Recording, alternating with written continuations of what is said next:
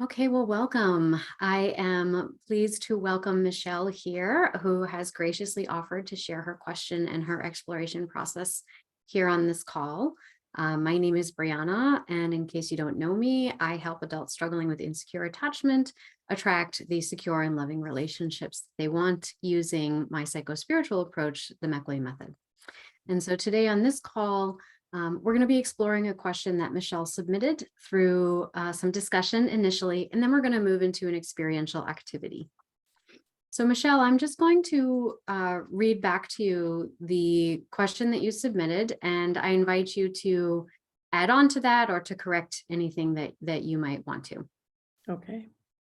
So you mentioned that you are a healing rolling stone, and for those that don't know, in my vernacular, that connects to avoidant attachment style. And you mentioned having too little experience in childhood in speaking the love languages of affection or words of affirmation. I need help discerning when affirmations are true versus fake or manipulative, and affection is loving versus coming out of a sense of entitlement or neediness that I can never really fulfill. And you mentioned that you were raised by very religious, stoic Rolling Stones who used God and a robotic affect when spanking for shaming or trying to train out negative emotions and behaviors. You mentioned you also had, you are a colicky infant, and I am likely HSP, meaning a highly sensitive person. Is that what you mean by that? Okay. Your mother, who worked full time, never really bonded with you and didn't protect you when you asked her to talk to your older brother, who was physically and emotionally bullying. She only knew to tell you to ignore him. And however, all other physical and schooling needs were met, but you suspect that you may have chronic PTSD as a result of developmental traumas, it sounds like. Yeah, okay. However, you did escape with your Pipi Longstocking inner child, my favorite childhood characters, and built a career as a graphic designer. You are now a retired INFP artist. This relates to the Myers and Briggs categorization. Is that correct? Right. And you mentioned that it's hard to be aware of emotions as much as seeing them through visual metaphor in nature or around horses. You also mentioned being the most aware of emotions inside when you're seeing them expressed by animals or by others, especially in movies. And when you attend memorial services, you might become overwhelmed with tears that don't stop, as if you are crying all the unexpressed tears in the room and you don't have control over that. And sometimes that can make you feel a bit unhinged because you're confident that it is not about your relationship to the deceased per se. Does that sound about right? Right. Is there anything you would want to add or elaborate on that? In terms of the affection and words of affirmation, a lot of it is just a sense of not really knowing how to, I don't know what my obligations are in a relationship where there seem to be needs that if I don't fill just so, I'm a disappointment. And there's something about being a disappointment that makes me feel like it's my job to fix that. And there's a resentment that begins to build. And I think that's, basically directly from childhood, that I was obligated to never be a disappointment in the agenda that, the family followed. So I'm trying to figure that out in current relationships and where my job to end disappointment in another isn't really my job. Right. Yeah. And where love, how to define love as it relates to obligation to fill needs. Right. This is sort of a tricky topic because our feelings are energy moving through the body. And when we feel a big feeling, there's a big surge of energy moving through us. And usually our filters, in this case, our attachment filters especially, they make sense of that energy and that sensation based on what we're observing of the outside world, what we're observing of the stories that our parents are giving us, what we're observing of how people respond to us and how well we elicit that response from them.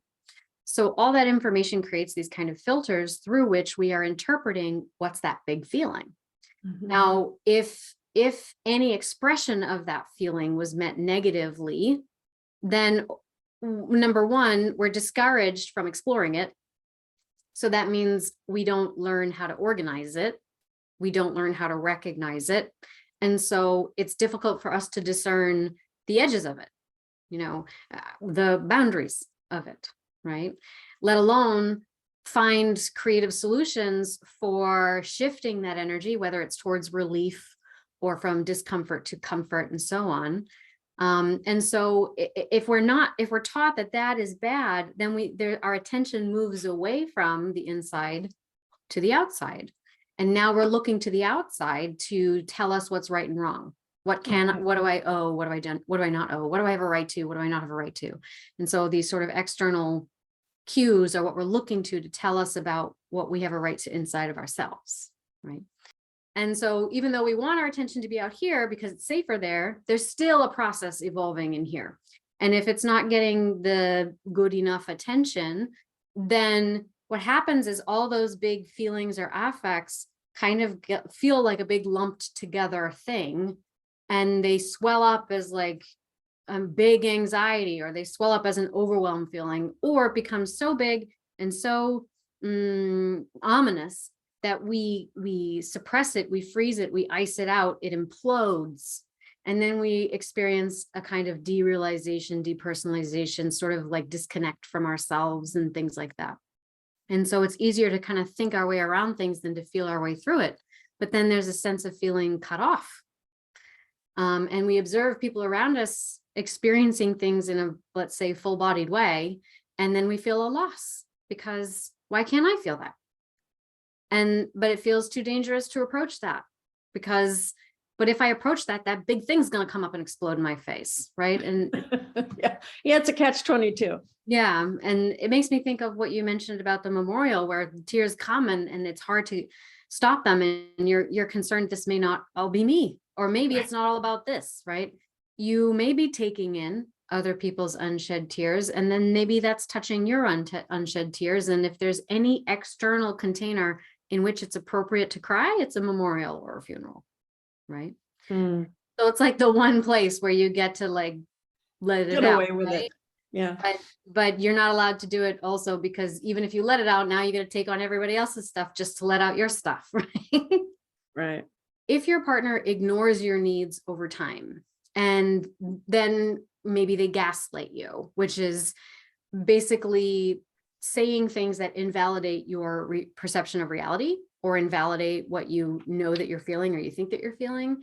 Or they act like it's such a burden that you have this perfectly normal need, then we may respond by suppressing those needs because it's, oh, I'm doing it wrong again, right? Or love is going to be taken away, or I'm going to be abandoned. And over time, then we start waiting for permission to express our needs, for fear of retribution or some kind of punitive consequence. And sometimes over time, that can become so habitual that we stop being able to recognize our needs altogether. Yeah. When we stop being able to recognize our needs and the internal response, we also then struggle with recognizing safe situations.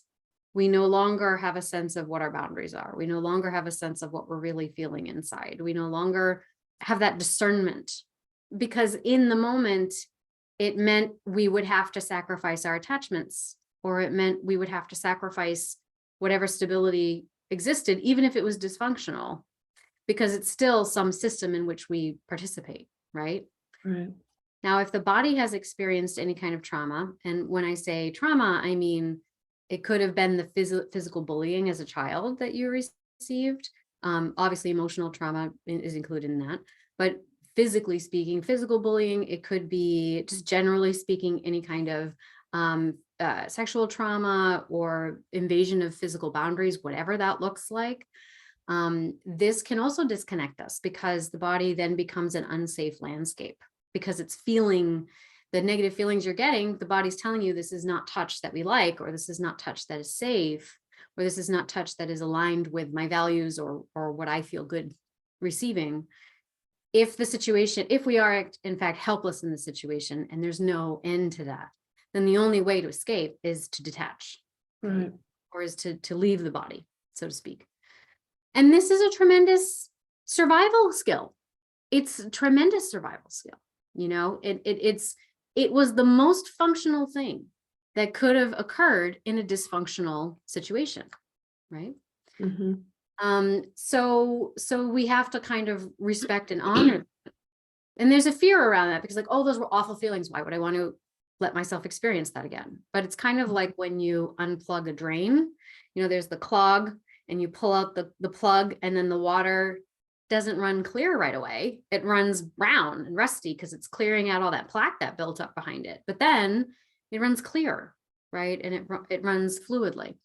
Okay. Yeah. There's a point at which I have become aware when all I'm noticing is the other person's expression of needs.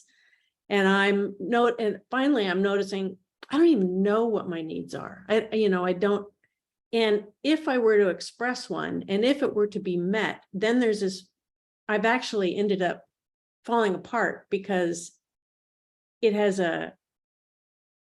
something attached to it that, well, now I'm dependent on that. Mhm. Now I need that person to fulfill that request when I was doing it just fine by myself. Mhm, mhm. And it's fear-based, that what if I need that from someone and they're not there for it, which was, childhood all over again.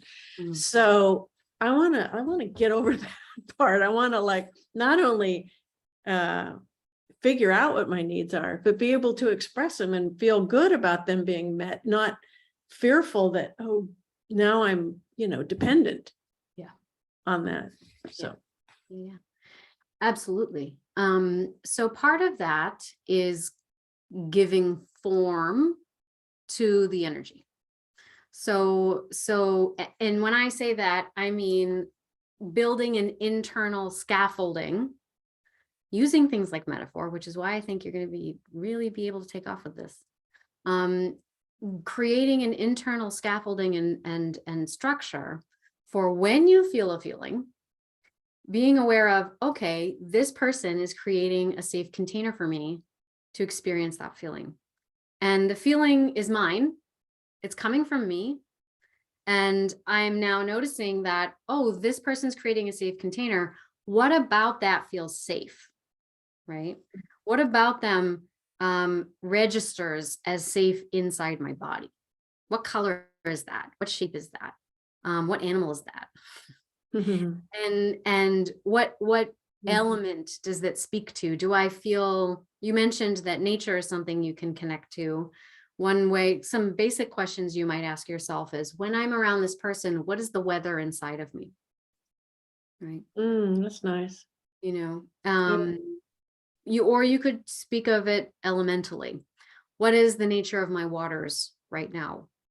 What is the nature of the wind? What type of rock exists inside of me? What's the quality of my fire? And I use natural associations because the body's nature, we are of nature. And if we can connect, oftentimes when we can connect back into the essence and natural elements, that brings us back into the body itself. I thought we might play with an experiential exercise to give you a little bit of form in kind of a creative way today, if that sounds like something you might be interested in doing. Sure. Yeah. So there's just a couple of questions I want to ask first in order to get your permission. Okay. Do I have permission to ask you direct questions and give direct answers? Yes. And would you say you're willing to explore your question in playful ways, even if it seems off topic at first? Sure. And can I trust you to tell me if you need to stop or you don't want to answer a question that I ask? Yes. Okay, good. So I wanted to begin first by identifying some of the strengths that I felt like you mentioned. Having been through a very difficult experience that you describe, still hanging on to your Pipi Longstocking inner child and building a career as a graphic designer is an amazing strength, right? It really is. You were able to grab hold of your creative life force energy and you built a life and career out of it. And not a lot of people can do that, even without the upbringing that you describe, right? Yeah, I guess. And based on how you describe yourself and your language and the acronyms you used, I know that you've already been exploring aspects of yourself, and that also speaks to a tremendous sense of resourcefulness and assuming personal responsibility. Again, a lot of people don't do that either. And also you mentioned the way that you can feel the emotions of other people in the room. Now, I know that can feel embarrassing or like an onslaught, maybe in the moment, but I would argue it's also a tremendous strength. And if you can find ways to organize and cultivate that superpower that you have, it could work to your benefit. So how do we do this? Well, as I mentioned before, we want to kind of pull you back into the body so that you can use your sensate experiences and experience that inner landscape as a safe place, so that the body as an organizer of experience can inform you in these kind of nonverbal, non-intellectual ways. And that emotional sensitivity that you have, combined with your ability to organize it on the body level, now it's going to allow you to kind of feel your way through life and sense when, ooh, this is a boundary of mine that I'm not ready to cross, right? Or, oh, I can contribute to this because I feel filled up in that way, and offering this is a generosity. It's a surplus. It's a pleasure to give this to you, right? So I'm going to be honest, this is not a task that is accomplished in a 30-minute call. But I do think that we can have a fun, playful kind of exercise that we can do together, which might give you a sense of what that could be like in a non-threatening way. And then maybe you'll have a sense of direction and I can also give you recommendations on how to follow up on that. Okay. All right. Okay. So before we begin, I might ask, how would you describe your spiritual beliefs at this time? I know you mentioned you had a more religious upbringing. How are your beliefs these days? Well, rather than a God somewhere else out there that I have to appeal to, I think I was born with God in me. It's not something I have to do something in order to have access to. External of me, I think God is inside, and that the whole point of being here is to get as much in alignment with that energy as possible. Yeah. Thank you for sharing that. Yeah.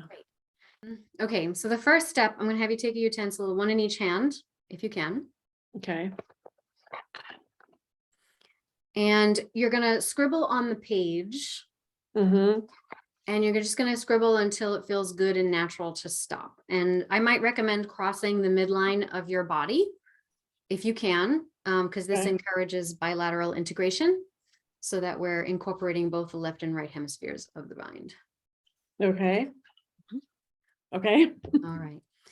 Now I'll have you gaze into that scribble and search for a recognizable animal shape. Okay.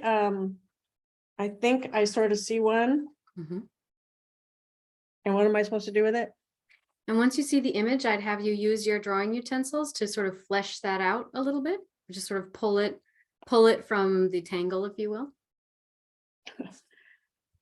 It may not be a real animal, maybe a made up animal, but even better. But yeah, I can only see a part of it. I can't see the bottom part. I can only see the top part.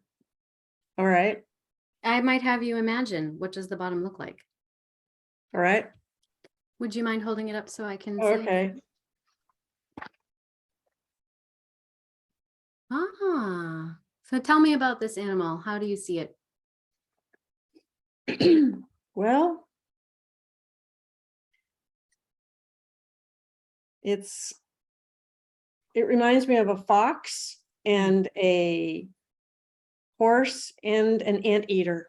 All right, a fox, a horse, and an anteater. I wonder if you have multiple animals coming through for you today. Maybe. Mhm. Yeah. I don't think my spirit animal is any anteater. But I could see a fox and a horse. Yeah, What the makes you nose. say that? Pardon? What makes you say that? Oh, because a fox is kind of a trickster. Hmm. I mean, there's a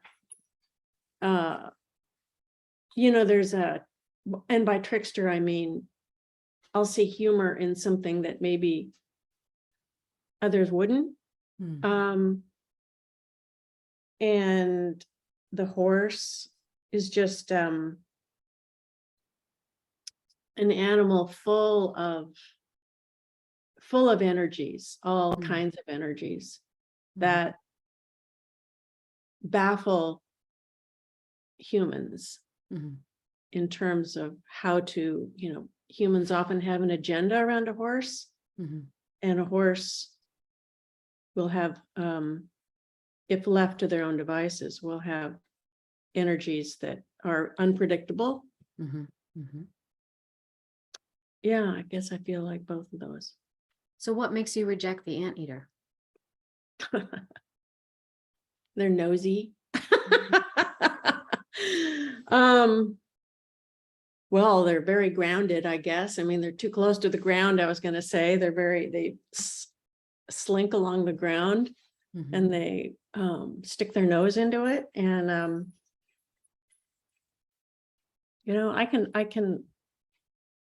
I can appreciate the groundedness of Mhm. an anteater. Sure, sure. And also the sticking their nose into things too, it makes me think about privacy Yeah, or being invaded upon. well, yeah. Mhm. So I thought that we might bring this character or this combined character into the body and play with it visually speaking inside. How do you feel about like a guided visualization exercise? That's fine. That work for you? Okay. So I would invite you to find that comfortable spot. We're not going to do a long practice, but we can do a quick visualization. And as you find that comfortable spot, just taking a breath, noticing the way the oxygen fills your lungs and the way you are releasing it without any need to change it. Just witnessing your inner space today, just as it is. And you might imagine extending some roots from the soles of your feet down through the floorboards of your home, down through layers of rock and crust and soil, all the way down, down, down to the earth's molten core. And there, Mother Earth is so glad you came. She's been waiting for you. She takes your roots and she wraps them around your core, and she sends up those roots all the nourishment, resources, and support that you need. And on your next inhalation, you draw up all that support, and it spills into the soles of your feet, rolling up your ankles, up your shins, up your calves, your knees, your thighs, your buttocks, spilling into your pelvic region, what I like to call your sacred bowl, really grounding you in your seat, tethering you to the earth, holding you, supporting you in the present moment. And from that place now, we can open the crown and invite any energy, thoughts, feelings that have escaped above the head. It's safe now to come down. And any worries, anxieties, or concerns you might have, like ribbons, we're just going to slip your awareness out of those entanglements and draw it home.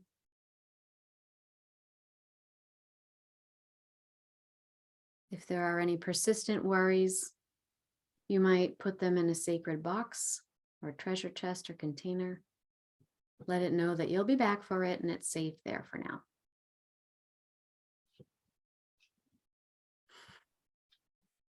And from this grounded place, we're going to call upon, in your mind's eye, that third eye in the center of your brow, we're going to call up the image of your animal, the drawing that you created. And you might imagine that you have a movie house in this third eye, your own private movie house. And we're going to project that animal on the screen. And with your next breath, you might just imagine pressing play and breathing some animation into that creature. Breathing some life, some personality into it as it comes alive on the screen.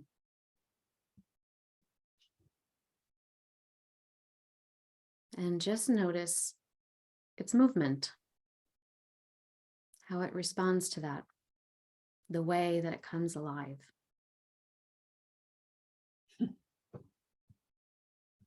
Now, I might have you keep your eyes closed, and I'm just going to ask you a few questions. When you press play, what do you observe? At first it started running, and then it acted like its legs were kind of pogo sticky. And just started playing with what its legs could do and experimenting. And it bounced, and it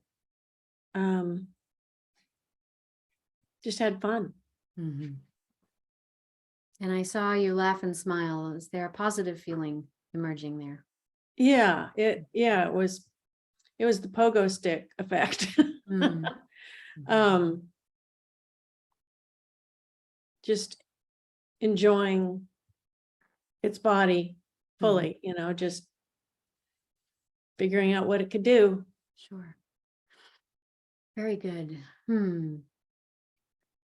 Now I might have you ask it a question. Might ask, what is your name? Just allow the creature to answer. Spritz. I don't know why. That sounds very accurate considering its movement. Yeah. Spritz. You might ask, how old are you, Spritz?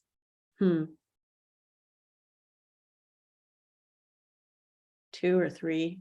2 or 3. And Spritz, how old do you think I am? Ancient. Like now or how old does Spritz think you are? We're not talking about real-time space. I'll go with 28. 28. Thank you for that information, Spritz. And how does Spritz help you? Embodies lightness of spirit and experimentation and a sense of safety in experimenting, I guess, with his body. And Spritz, is there anything that you would have me know at this time? Is there anything you want to show me about my inquiry? Don't be afraid to try things out. Yeah, it's safe to do that. I mean, in fact, it's the whole point. It's like, it's like the point. And Spritz, how can I find safety? I don't know. The first thought that came was you're born with it, but maybe, it's that God thing, born with it. Maybe connecting to spirit? Yeah. Thank you, Spritz. Is there anything else that you would have us know? How can we help you do your job better? Loosen up. Yeah. Don't have any expectations. Okay. So let's say thank you to Spritz. Thank you very much. Yeah, thank you. Being with us, and we can press stop on the movie. We can always come back to it at another time. And we can close out the lights, turn off the projector, and return back now into our body. into the present moment. And for our purposes today, I'm going to suggest keeping your roots in the ground to keep you grounded. Maybe the anteater's helping us out with that part. And I'm going to count backwards from 5 to 1. Just inviting you to take a snapshot of that experience in your mind and in your body and how that felt. And taking that with you, letting it become cell memory, body knowledge, knowing and trusting that in time, the deeper wisdoms and layers of meaning will rise to your conscious awareness. And if action is required, you will know what to do. And just taking a breath. 5, 4, 3, 2, and 1. Just releasing that practice. How are you feeling? Like I just came out of a really good movie. Calm. Fascinated in terms of how you pulled this all together and what it felt like.